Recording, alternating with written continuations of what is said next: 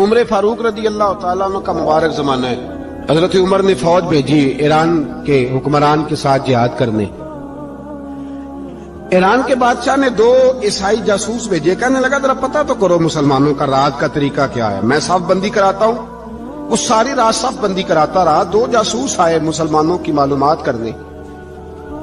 معلومات کر کے جب واپس گئے تو حضرت عمر فاروق رضی اللہ تعالیٰ عنہ کے سپاہیوں کو دیکھا, غور سے پلٹے. بادشاہ کہنے لگا کیا حال دیکھ کے آئے ہو؟ کہنے لگا سارے مسلح پہ بیٹھے ہوئے ہیں. جتنے گھنٹے ہم وہاں رہے ہیں مجاہدین مسلح پہ رہے ہیں. یوں لگتا ہے جیسے ان کا دنیا داری سے کوئی تعلق. اور کہنے لگے بادشاہ کوئی ایسی طاقت ہے جس کو وہ بلا رہے تھے, کوئی ایسی قوت ہے جس کو وہ پکار رہے تھے. ہمیں بھی وہاں کھڑے ہو کے محسوس ہوتا تھا کہ ہاں کوئی ہے جو آ جائے گا ان کی مدد کے لیے, کوئی ہے جو پہنچے گا ان کی مدد کرے گا. ایران کا بادشاہ کہنے لگا مجھے سمجھ آ گئی ہے, وہ جسم کی طاقت سے ہی نہیں لڑتے, وہ کوئی غیبی طاقت ہے جس سے وہ لڑتے. بھائی وہ غیبی طاقت بھی تو ہمارے پاس ہم نے ناراض کر لی ہے نا, وہ بھی تو نہیں نا. مسجد کا رخ بھی تو کوئی نہیں. اور میں نے پچھلے جمعے بھی کہا تھا, پھر کہتا ہوں, وہن ہو گیا امت کو. نبی پاک نے فرمایا امت کو وہ کیا ہے, دنیا سے محبت ہو گئی ہے, موت سے کراہت ہو گئی, وہن ہے. صحابہ کرام کو موت سے بڑا پیار تھا, موت سے بڑی محبت کر. ہماری طرح نہیں, وہ کہتے تھے مریں گے تو منو مٹی, تو وہاں ٹھیک ہے عذاب قبر حق ہے. لیکن میں کہا کرتا ہوں سالوں کے بعد جو پردیس سے ماں کے پاس آئے, ماں اسے عذاب نہیں دیتی, اس کا ماتھا چوما کرتی ہے. اور بھائی جو رب کریم کی بارگاہ میں جائے گا تیرا کیا خیال ہے, گل سڑ جائے گا؟ مدینے والے حبیب نے فرمایا قبر المومن روضۃ من ریاض الجنہ. فرمایا میرا مومن جب قبر میں جاتا ہے تو اللہ جنت کے سارے دروازے کھول دیتا ہے, وہ تو اللہ کی رحمت میں پہنچتا ہے. کون کہتا ہے مومن مر گئے, وہ تو قید سے چھوٹے اپنے گھر گئے. کون کہتا ہے قبر میں عذاب ہے تو صرف عذاب ہی ہے, ہاں مجرم کو سزا ملے گی. لیکن مومن ہمیشہ جہنم میں, وہ بالآخر جنت میں جائے گا, بالآخر جنت میں جائے گا. اور کسی درویش نے بات کی, وہ کر کے چلے گئے, پر کمال ہی کر گئے. کہنے لگے دوزخ میں تو کیا, میرا سایہ نہ جائے گا, کیونکہ رسول پاک سے دیکھا نہ جائے گا. نبی پاک سید عالم علیہ السلام کے غلام تو دیکھو نا, ساری زندگی عمر فاروق بخاری پڑھو تو صحیح, ساری زندگی عمر ہر نماز کے بعد کہتے تھے اللہم ارزقنا شہادت فی سبیلک, اللہ بسترے پہ موت نہ دینا, موت مجھے شہادت کی دینا. حضرت سیدنا مولا علی شیر خدا کرم اللہ تعالیٰ وجہ الکریم ساری زندگی کہتے رہے اللہ علی نے میدان میں عمر گزاری ہے, اسے شہادت کی موت عطا فرما. او بھائی یہ تو شہادتیں مانگنے والے. حضرت امام حسین میدان کربلا میں کھڑے تھے, شمر کہنے لگا حسین تیری چاروں جانب موت ہے. تو آپ فرمانے لگے تجھے ابھی ہمارا پتہ ہی نہیں, موت سے تو ہمارا پیار چلتا ہے.